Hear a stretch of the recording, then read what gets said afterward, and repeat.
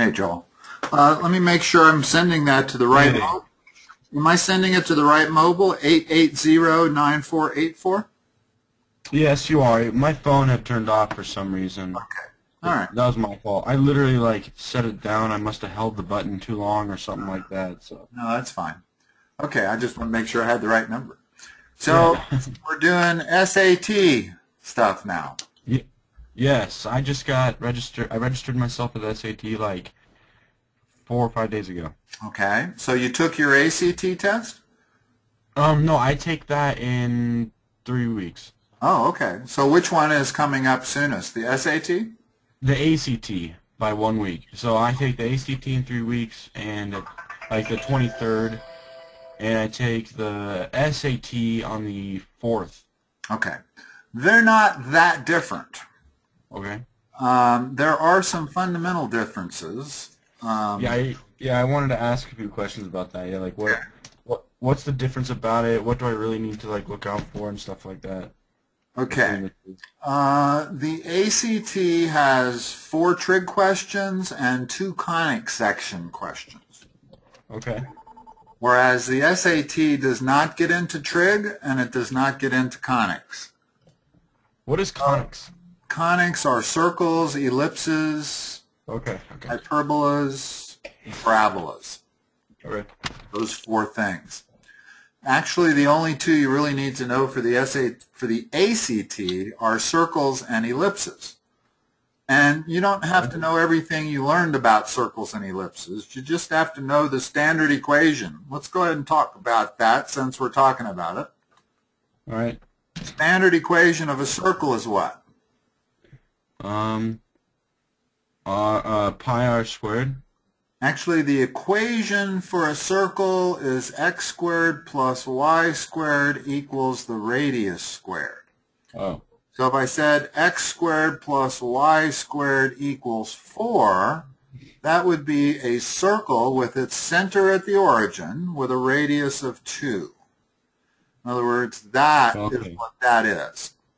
Okay, yeah, I remember doing that. We did that a while ago, yeah. Right.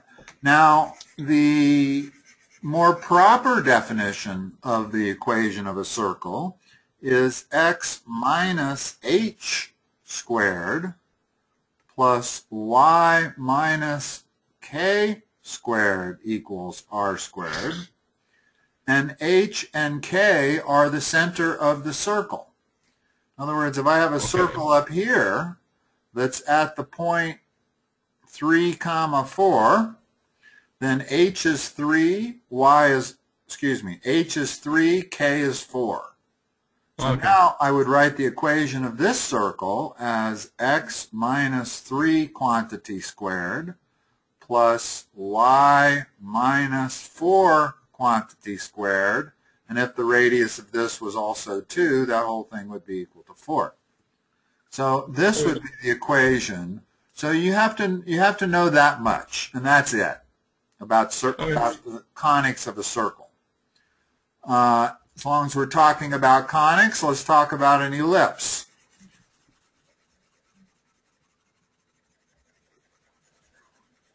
The equation of an ellipse, if it's centered at the 0, is x squared over a squared plus y squared over b squared equals 1. And we're talking about an ellipse that would be centered at the circle, whose center would be 0, 0, and this dimension would be a, and that dimension would be b. Kind of what I call the short radius and the long radius. Yeah. Or what they call the major radius and the minor radius. Yeah. Not really fair to call them radiuses, but it's okay to think of them as that. Right. And so if I want an ellipse that's up here at the point 3, 4 with its center, then my equation, what do you suppose it would be? It would be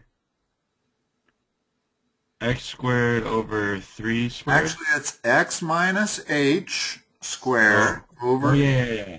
In other words, we do the same thing we did to the circle. We just add a x minus h and a y minus k.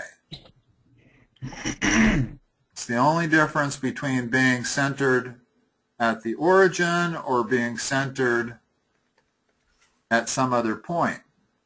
So it would be x minus 3 squared. Well, we don't know what a is. Let me put an a in here. We'll say a is 5, and we'll say b is 2. Okay. So now what would it be? It'd be x minus 3 squared over 5 squared. Over 25. Yeah, over 25. Plus y minus 4 squared over 2 squared. Equals what? Equals 1. This 1 is critical. What is the 1 there for? What does that have to, Standard, what does that do? that's the standard equation of an ellipse, is having a 1 there. Okay. And it's important in the sense that if I gave you this,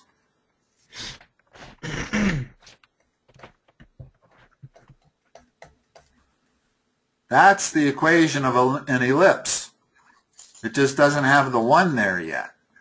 So what do? I divide everything by 144 as my first step. Okay. And then that converts it to x squared over 16 plus y squared over 9 equals 1. Okay, Now, that makes sense. it's x squared over 4 squared plus y squared over 3 squared equals 1. And I can say a is 4, b is 3. And it's centered at the origin. All right. So that's pretty much everything you need to know about circles and ellipses for the ACT test. Okay. You don't need to know any of this for the SAT, which is what we're going to cover today. But it highlights one of the differences between the two tests. And the other difference is that I would say the average problem is probably tougher on the SAT. ACT is a mixture of easy, medium, and hard, with the hard being the trig and the conic sections. Whereas SAT doesn't have the trig or the conics, but it makes up for it by making the problems a little bit harder. Okay. Also, the SAT shows you this at the beginning of each test. Notice how important each one of these is to math. This is the area of a triangle. This is the Pythagorean theorem. This is both your special triangles, the 30-60 and the 45-45, and how they are to be dimensioned. This is area and circumference of a circle. This is volume of a rectangular brick, volume of a cylinder, a right cylinder, and area of a rectangle. Right. Plus all of these important things here. So let's begin. Now the SAT tends to start out pretty easy. So let's try to go through these pretty quick. 3x plus 2 equals 14. What is 5x minus 6? So we have to figure out what... We have to go through the 3x plus 2 equals 14 and stick x into the 5x minus 6? Yes, we have to solve for x, and then we have to substitute that x in for here, figure out what that is. Right here, hold on a second. Sorry. I'm sorry. Did it work? Yeah. Have you used it before? Today? Yesterday. Yesterday, yes. Okay. Yeah, your computer time. Oh, so you did use it. Yeah. It did work. Yeah. Okay, haircut, pay with that. Got it. Sorry, my mom needed something. Okay, that's fine. Okay, so to solve for x, what do I do? So we have to solve the 3x plus 2 equals 14, figure out what x is, and then plug that into the 5x minus 6, correct? Well, let's do it, yeah. Okay. Minus 2. Talk out loud if you wouldn't mind, so I can see what process you're going through. Okay. So you All right, subtract so 2 from both sides. yep, so it'd be 3x equals 12 divided by 3 equals x equals 4. So it'd be 5 times 4 minus 6. Okay. So it'd be 20 minus 6 would be 14. So the answer is 14. Good. That's correct. Now, occasionally, not always, but occasionally they will put a shortcut. And you can gain seconds by recognizing it. What if I would have asked you, what is 6x plus 4 equal to? There's a much easier way to do it than the long, involved process we just used. Okay. What would it be? What would 6x plus 4 equal? In other words, always look at whatever they're asking you about and see how it compares with what they gave you. Oh, it's half. It's twice. Divided by 2. Right. It's twice, so it has to be 28 without doing any math. Right. Okay. Now, in this case, there was no relationship between 5x minus 6 and 3x plus 2, so we couldn't do that. But it's always worth looking for that as your first step. Just give a brief glance as to whether that's some perfect multiple of that, and then I'll be able to do it faster. Always concerned with speed here. How much time do we have for the Basically, math part of this? a minute per problem. They're going to give you a total of 60 math problems, and you get 60 minutes to solve them. So your average is a minute per. Well, it's not bad if they were all this easy. Yeah. Unfortunately, there's not. There's some problems that are going to be 3-minute solutions. So the only way to handle that is to make sure you do the easy ones in a lot less than a minute. Right. You need to be able to do these in at least 30 seconds max. So, okay, how about number 2?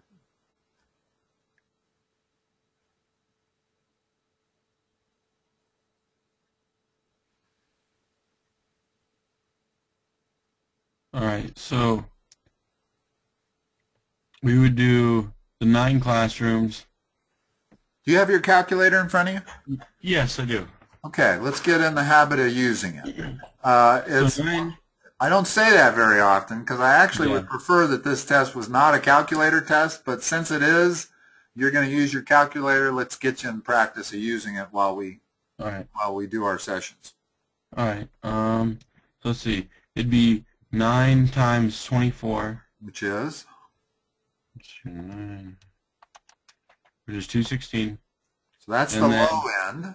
Yeah, low end. So then 9 times 30, which is 270, and then find what's in between, which is 250. So the answer would be D. Exactly. Okay, number 3.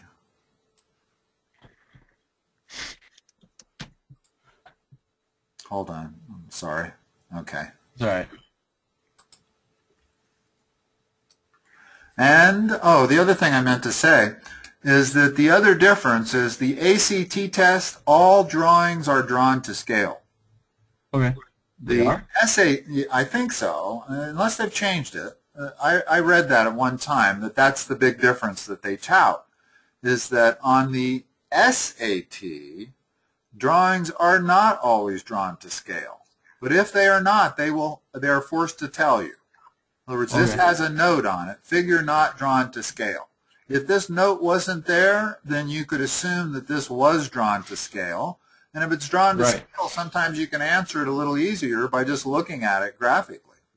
Right. But if it's not drawn to scale, we're going to have to probably do some math. Right. What's the greatest distance from Jane's house to which of these 5 points on the x-axis? The library. Exactly. And we couldn't tell that from looking at the scale because it looks the same from the hotel as it does to the library. The only way we knew that was that 2 plus 1 is greater than 1.5 plus 1. Right. Okay, let me go to our next page here. Let's see, this is 279. You and I have never done SAT stuff before, have we? Haven't we always done ACT? I think so, yeah. I think so, yeah.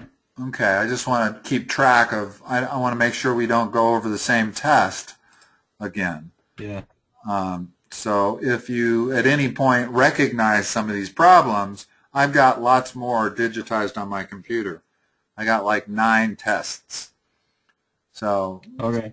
we don't need to do stuff twice if we've already done it. Yeah. I thought I was missing an answer there. An E.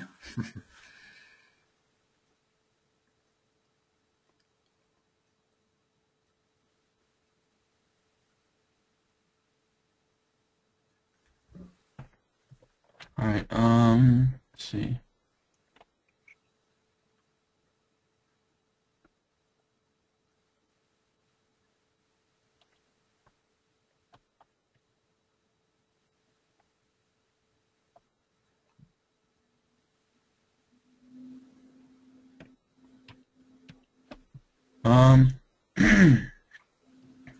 It looks like that they opened the second factory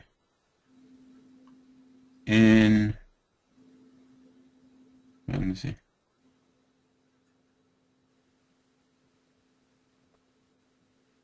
1997.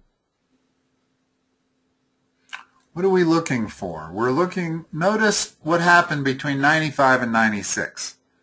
1995, they had one factory at the end of the year. They still had one at the end of the year in 1996, which means they didn't open any new ones. I got it. They opened 2 factories, so the place, Exactly. looking for the bar that went up 2, so it'd be in 1999. There you go. Yeah, I didn't read the question correctly. I gotta Kind do of that. like one of the science questions on the ACT. Yeah, those questions are hard. We took the PACT Yes, they not are. too long ago. The science question, I've always thought it's the hardest part, but all the students come back getting the best scores on the science. So I got a feeling the science is not as tough when you take the test as it appears to be when you train for it. I have no other explanation. I mean, I got students that are getting 32s on the ACT math, and they're getting 36s on the science, or 35s on the science. And to me, the science was so much harder. It seems like you just don't have enough time. The trick on the science, one girl told me, for the ACT, is to start off reading the questions, not the paragraphs.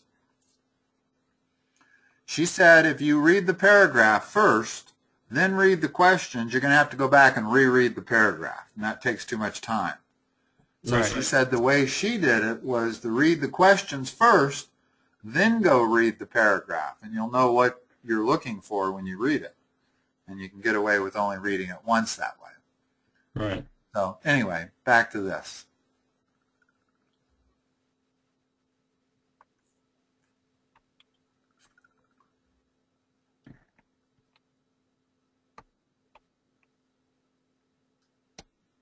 How would we do this one? I feel like Okay, let's write it out. When you don't know what to do or how to go through a problem, let's write what we know. What does it mean if it says the average of x and y is 7? How can I write that?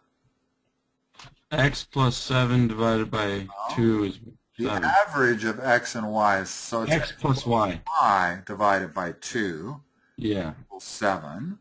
How would I write the second one? X plus y plus z divided by 3 equals 10. Okay. What's the value of z? Well, what's the value of x plus y? 7. No. Oh, 14. Yes. So once I know that, I can substitute it for that. So I plug in 14 for that x plus y. Now I can solve for z pretty easily. Right. So what is z equal to?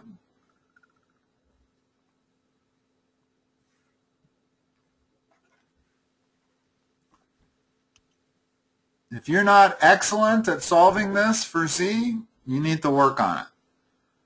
You would do That'll make the biggest difference. Multiply everything by 3. Okay. So it'd be 14 plus z equals 30, and then minus 14. That kind of equation you need to be able to solve in 10 seconds without having to think hard how to do it. Yeah. If you can. I had to think and make sure I was doing it right, but yeah. Okay, but that's a huge part of this test.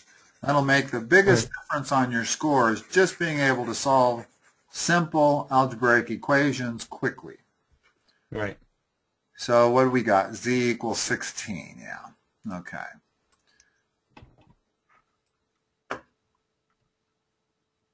All right. Shaded, I like to call these shaded region problems. You've been getting them since geometry class. Yeah. They are always what? They are always subtraction problems, right? Yeah. Yeah. Because the only way we have of figuring out the shaded area is to take the area of the entire area and subtract out the area of the white. Right. So that's the key thing about shaded area problems. Know you're starting out looking at a subtraction problem. Yeah. So what is it? What's the answer?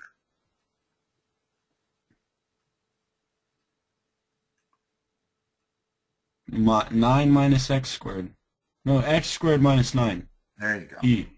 There you go.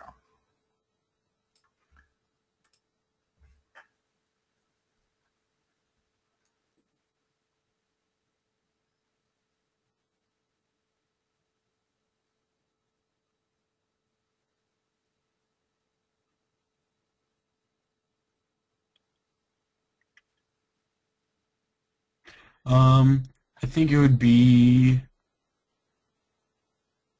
E. So the answer is what? E equals 0, so A. Okay, good. And the reason is that if 4 things are multiplied together and they're equal to 0, one of them has to be 0. Right, because if the other one If it was the first A, one. B, or C, then this wouldn't be equal to 3. Right. So it can't be A, B, or C that's equal to 0, so it has to be E. Right, because E is the only one that changed. Exactly. Is that spot. Yeah.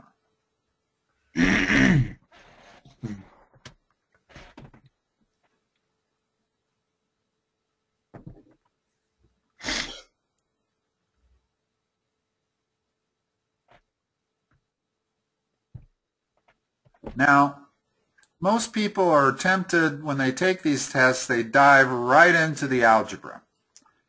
And you're probably sitting here trying to figure out how you can write this equation and solve it. But that's not always the best way to go. And in fact, frequently it's not. There's a number of techniques for answering each of these questions. The primary one is the algebraic one. The second one is back solving, which sometimes is referred to as guess and check, where we look at the answers and we go through each answer and see if that's the answer by applying the conditions of the question. This is actually a perfect problem to back solve. Much better to back solve than it is to try to solve it. First of all, trying to solve it requires quite a bit of complex thinking in how to set up the equation. And then you'd still have to solve the equation. So there's a lot of steps.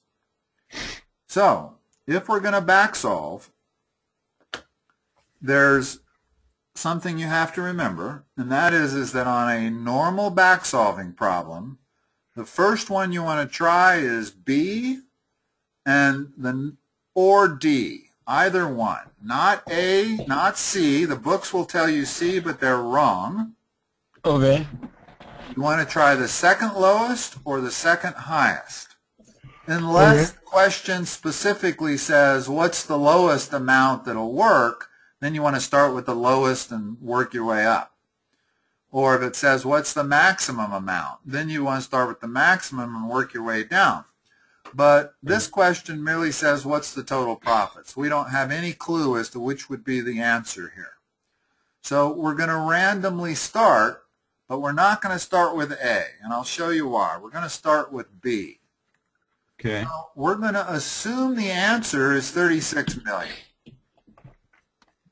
And that's the key about back solving, is you assume that this is the correct answer. And now we go back and we test it to see if it is. So if that's the total profits, 1/7 were in the first quarter. So what's 1/7 of that?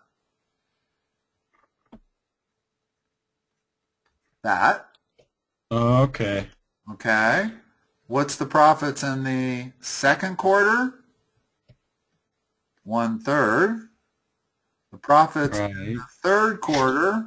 36 over 2. Uh-huh. And does that leave $2 million? Well, right off the bat, I can tell that that's not a whole number. Right. So the answer is no, but let's look at it a little closer, because what we're looking to determine is, do we need to go up or down for our next guess? So I'm going to approximate this. That's about 5 1/7. And we're going to add it to 12, and we're going to add that to 18. So this gives us 35 1/7. Certainly does not leave 2 million left over. Right. So do we need to go bigger or smaller with our next guess? Bigger. Exactly. Because the only way we're going to get 2 million left over is if all these numbers are bigger, right? Right. Okay, so the next guess is going to be D. And the reason is that once I try this number, I will know the answer. Right. If it's the right number, I'll answer that. If it says I need a smaller number, I'll know that C is the answer. Right. If it tells me I need a bigger number, I'll know that E is the answer. So okay, I see what that is. Yeah, yeah, it makes sense. When you back solve and you start with B or D, you're guaranteed to only have to try 2 numbers. Right. You're just weeding it out and trying to figure out the answer. Okay. Exactly. So let's try 84 million. You work through the logic. All right. So 84 divided by 7. Okay. 84 divided by 3. 84 divided by 2, add them all, which is 96.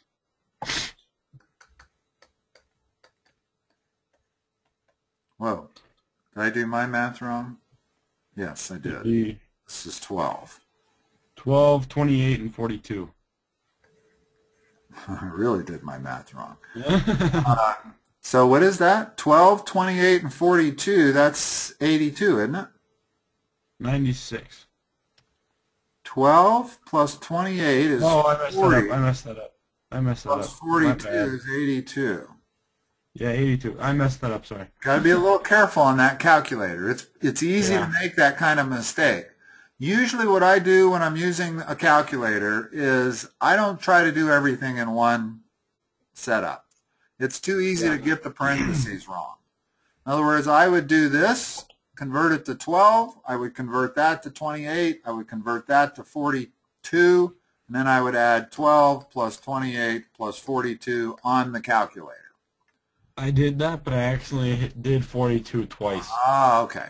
Okay, well good. At least your technique was correct. Yeah. So, if 82 is what we got, how much was left over? 2. 2 million. So that'd be the answer, D. That's the answer. And if it was like 80 that we had gotten, we would have known it was C. Exactly. In other words, if it was a bigger than 2 million, we'd have known we had to go down with our guess, and we'd have known it's C. Now, Right. it's not always the case where you're going to know whether you need to go up or down. Right. But there's certain kinds of problems, like age problems. I'm sure you've seen those, where it says Bill is 2 years older than Jim was 5 years from now.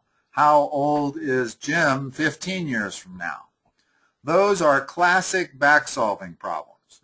And the reason they are is because when you guess and check, you know instantly whether you need an older or a younger age. Right. And so whenever you have a problem where you're guaranteed that you can answer it with 2 attempts at most, you always want to back solve that. It's always the correct way to go. In my opinion. Not everybody maybe believes that. But remember, the point of this test is not to show everybody that you can do math. The point of this test is to get the best possible score you can. And there's a difference. There's a big difference. You're not out to impress anybody with your algebra. Nobody sees your algebra. They only see the answers you give. Okay, this is another pretty common type problem that requires a certain technique.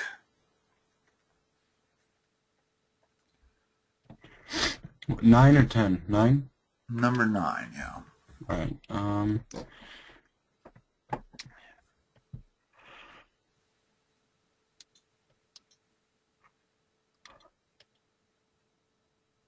First of all, could you back solve this? Yes. If you cannot figure out any other way of doing this, then back solve it. Right. And as long as you have a calculator, it won't be that tough to do. Right. In fact, let's do it, and then I'll show you the other way to solve it, because I actually think the other way might be a little easier, but I don't know. But since you have a calculator, let's try back solving it. Okay. 1. So when x is 1, what do we have? We have 4 to the 10th equals 64 to the 2nd. Is that true? No. Okay. So let's try 2. Notice that I started with 1 because it was the easiest. I don't know that I'm going to know. If I'd have started with 2, I'm not sure I'd have known whether to go up or down. Right. So let's do 2. What is 2?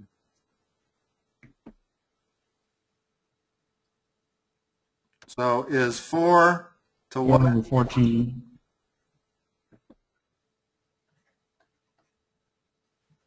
Is that true?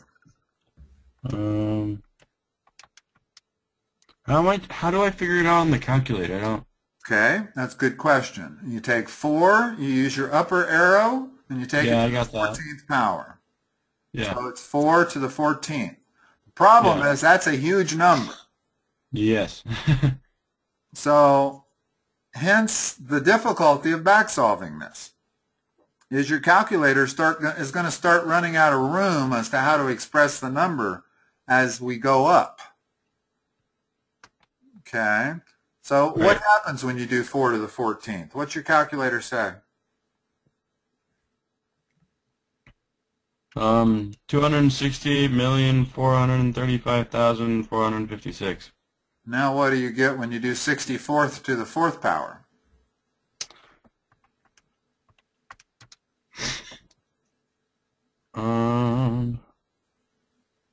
Is it 16,777,000. Once you get that, you know it's not the same. Yeah. And I have no clue. If I'd have started with 2, I would not know whether I needed to go up or down. Right. So there's no inherent value in starting with 2 and then 4. You might end up having to try all 5 of these.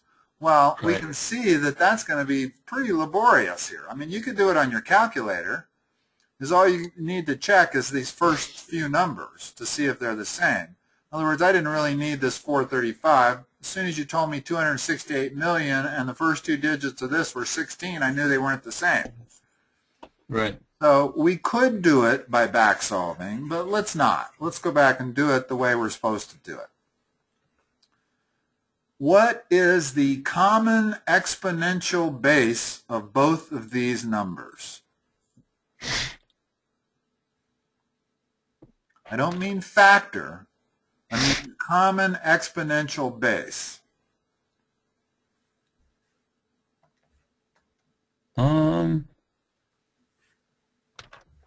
4. Right. Okay? I can express this as 4 to the 4x plus 6. And instead of writing 64, I'm going to write that as 4 cubed.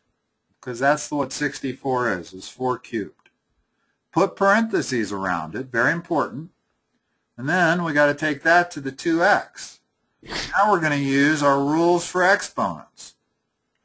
So I can say 4x plus 6 is equal to what? 4, 6 plus x. I'm lost. What is this equal to? 4 cubed to the 2x power. How do we solve that? Oh yeah, you multiply 3 times 2x would be 4 to the power of 6x. No, just 4 to the power of 6x. Okay, well now we have this. What can we do? If I have 4 to this exponent equals 4 to this exponent, what's the next thing I can say? I can equate the exponents. Right. That means that this has to be true. Right. Now I can solve for x rather easily. What's x equal to?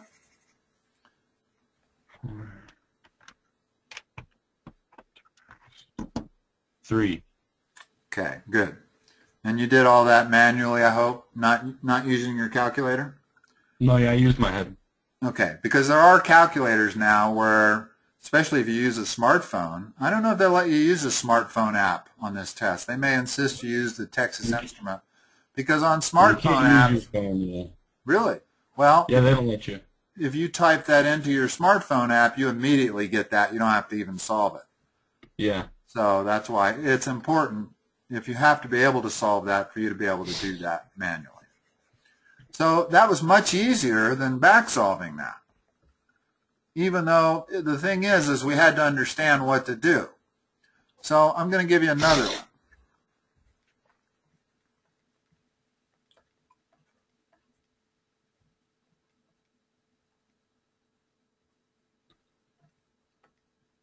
-1. What's the common exponential base between 9 and 27?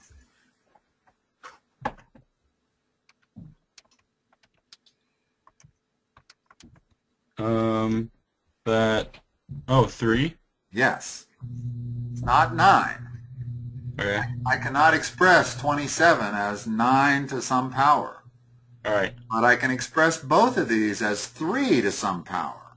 Right. I'm going to write the 9 as 3 squared. Very important to use the parentheses, because notice what happens if I don't use those parentheses.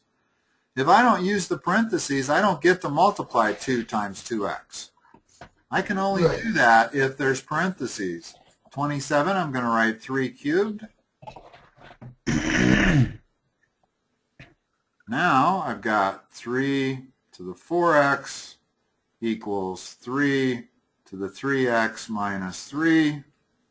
And now I can equate that equals that and solve for x. Okay? Which is -3. Yes. So that's the way you want to solve all problems of this nature. Okay. Have you had logarithms yet? Yes. Notice that these normally would be solved by logs. Oh, yeah. I would take the log of both sides and end up being able to take this exponent and bring it back down out of the exponent and solve it that way. But neither the SAT or the ACT does logs. You do not have to know logs for either one. this is as close as you get to logs, because this can actually be solved without using logs. But if I were to do this, you can't solve this without using logs. That's not solvable without logs because I don't have a common exponential base. But every problem you get on the SAT or ACT will have a common exponential base between these numbers. And it's usually either 2 or 3. Sometimes it's 4. It's 4 here, but that's an easy one because we already have the 4 there. It actually is a little harder when the two numbers are not the exponential base, and you have to figure out the common exponential base between them. Right. Okay. Let's look at 10.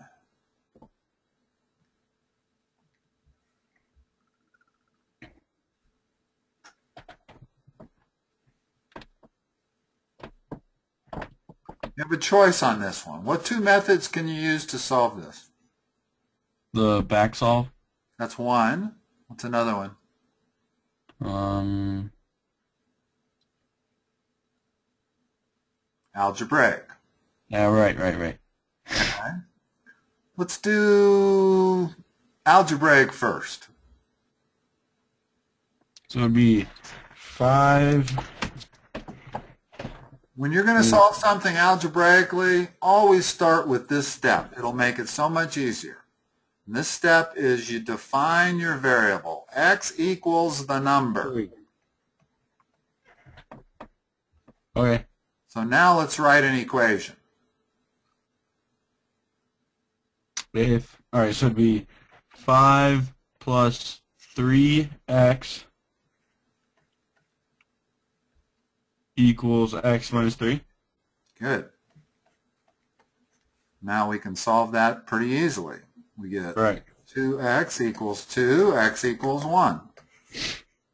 Okay, so as long as you're able to formulate this, algebraically is the best way to solve it. But notice I can also back solve it. Let's start with minus 4, because we don't know yet whether we're going to know whether we need to go up or down. So we're saying minus 4 is the number. Right. Well, does that fit? 3 times that number, well, that'd be minus 12, plus 5, that would be minus 7. Is that equal to minus 4 minus 3? Yes, it is. Yeah. That's the answer. Oh. That's a little easier than figuring out that equation and solving for it. Right. Unless you're really good at translating word problems into equations. If you're really good at that, then that's probably the way to go. But if you're not, you can always do it by a back-solving technique. I mean, you can't solve all of these by back-solving, but problems like this, which way you decide to solve this really kind of depends on how confident you are that you can write that equation out in X. Right. If you don't feel confident that you can do it, I would say go for the back solving. All right. Now, on this one, I'm not sure if that had not been the right answer. I'm not sure I would have known whether to go bigger or smaller. And I might end up just having to try all 5 numbers. And if you end up having to try all 5 numbers, that can be quite lengthy and take longer than it would take. Algebraic, if you knew how to set up the equation, only took like 20 seconds. Whereas back solving, if I happen to get unlucky and start, you know, and 7 was the answer, I got a lot of math to do checking each one of these. So back solving isn't always the correct way to go. But it can be a way to go as last resort if you don't know how to set the other one up. Right. Okay, another shaded area problem.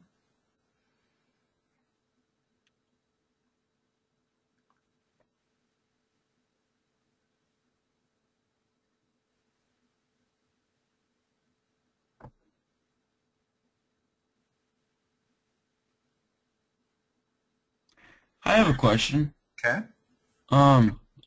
Why do they leave just answers like this? In pi, 25 pi. Why do they do that? I mean, because pi is the I most never liked accurate. it. Pi is the most accurate way to represent that number. If I try to represent pi with 3.14, all I'm doing is estimating it. If I try to represent pi with 3.14159, I'm still estimating it. If I add more digits, I'm still estimating it. I can add 1,000,000 digits and I'd still be estimating it. Okay. So if I write this, I'm being precise. That is a precise number. It's irrational, so I can't write it as a fraction or a decimal. But when you get into higher mathematics, starting with about now, you stop rounding that off. All right. Because you're Yeah. lessening accuracy when you do so. All right. I just never liked it and never understood why. I mean, Well, it's actually a lot better. okay.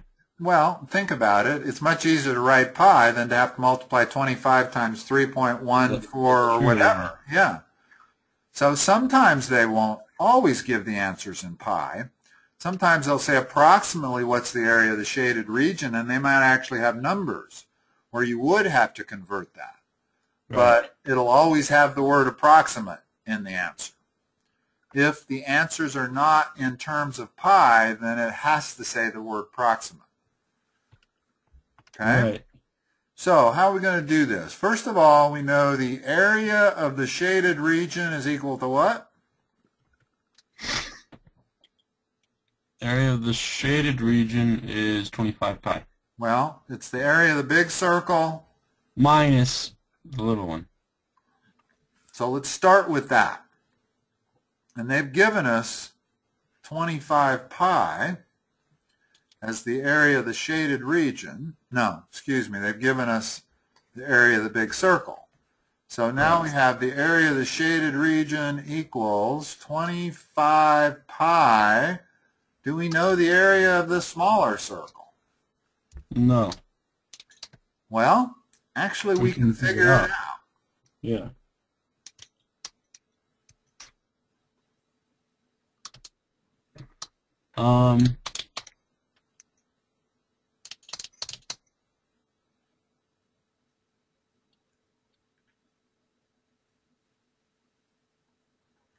How do we figure it out?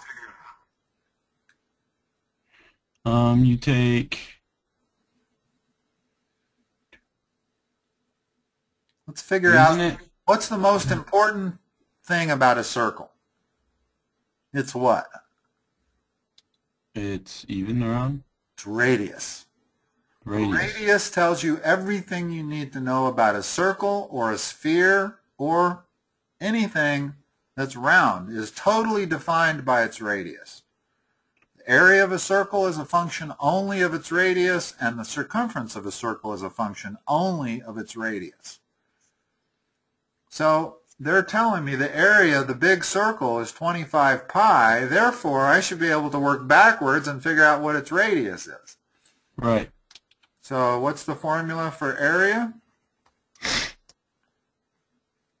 Pi r squared. Okay, we know the area is 25 pi. So square root it, which is 5. So that's the radius.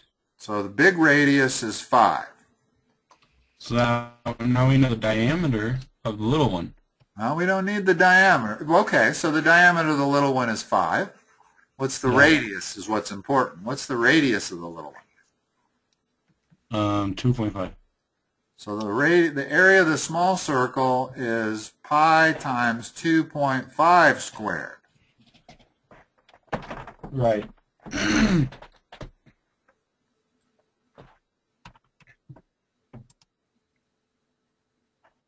So a small circle, you have to take.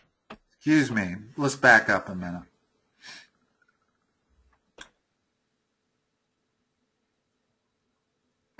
Look at the question again. I made a crucial error in this problem when I read the question. Notice what the last part of the question says. What's the circumference of Not the area. sphere? What's the circumference? So we don't even have to. We Well, don't even have to worry about it. right. Well, we figured out the big radius is 5. The little radius was 2.5. Right. So the circumference of the shaded region is what? The circumference of the shaded region, if I start right here and measure that, and then measure this, that's the circumference of the shaded region. In other words, the circumference of the big circle plus the circumference of the little circle. Oh, because it's the entire shaded region. Yeah, in other words, you could start it from here and then go like this. That's the circumference of that shaded region. Think of this as kind of like a half moon. If you wanted the circumference of a half moon, you'd start from the inside and then you go around the outside, which in this case is the circumference of the big circle plus the circumference of the little circle. So it's just the outside edge, period. Yeah. Well, it's the sum. It's the inside circle circumference plus the outside circle circumference. Okay, okay. Because for me to outline the shaded region circumference, I'm going to put my pencil right there. I'm going to go around the inside, then I'm going to go around the outside the other way. And that completely completes the circumference of that shaded region. And what I just did was I did the circumference around the first circle and the circumference of the second. So what's the circumference of the big circle? 25 What's the times circumference formula? Circumference equals what? pi r times 2. 2 pi r. Remember it that 2 way. pi r. 2 pi r. So what's the circumference of the big circle? 5 times 2. So, oh, why did I do that? 10 pi. What happens when you get addicted to the calculator? You Yeah. start doing stuff that you could do in your head on the calculator. I Yeah. had a girl once that went to the calculator to multiply a number by 10. Ooh. It's pretty disgusting, actually. But that's what happens. I mean, there's no judgment involved. That's what happens when calculators came around, is people stopped using their mind for every calculation. You don't trust yourself anymore. Yeah. Where you know the calculator is going to be right 100% of the time. But still, when you're doing simple stuff like 2 times 5, you should do that in your head. It's faster. So what's the small circumference? Oh, 2.5. So it'd be 5 pi. So the answer would be 15. Exactly. Exactly. See. This was a pretty tough question. Yeah, it's just understanding what it's asking and how to get to it. Yes, and very, very important that I realize that it's almost worth going through a question and underlying keywords. Like, I misread that for area the first time I read this thing. Yeah. I thought they wanted the area of the small circle. Well, which test is it that lets you they let you actually like go through and write in your test? I'm not sure. Yeah, no, one of them does and one of them doesn't. Really? Okay. I'm not sure which one it is. In other words, one of them gives it to you from a computer? No. Like, you're not allowed to write in one of the tests. Oh, okay. And the other test is allowed to. Probably wouldn't be worth doing that anyway. But Yeah. I know just like understand the stuff, yeah. Personally, when I'm doing these tests, I'm most likely to make a mistake by misreading the question. In other words, by thinking they want the area. It's area here. In other words, they gave you the area of the larger circle, and then they tripped up by switching to circumference. But you should know that if you know the radius of a circle, you know everything there is to know about it, which is to say you know area, which is to say you know circumference. So if they give you the area of a circle, you can backtrack and get the radius, and once you get the radius, you can get the circumference. So if they give you either area, circumference, or radius of a circle, you can always get everything from it. Right. You only need one thing to get everything for circles. All right, let's call it a session. And let's see, you're scheduled again tomorrow at 3:30, correct? Yes. For more SAT. Okay.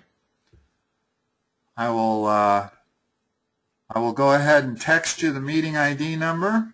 All right. I'll make sure my phone's on this time. Okay. Sounds good. All right. All right. Talk to you tomorrow. All right. Have a good day. You too. Bye.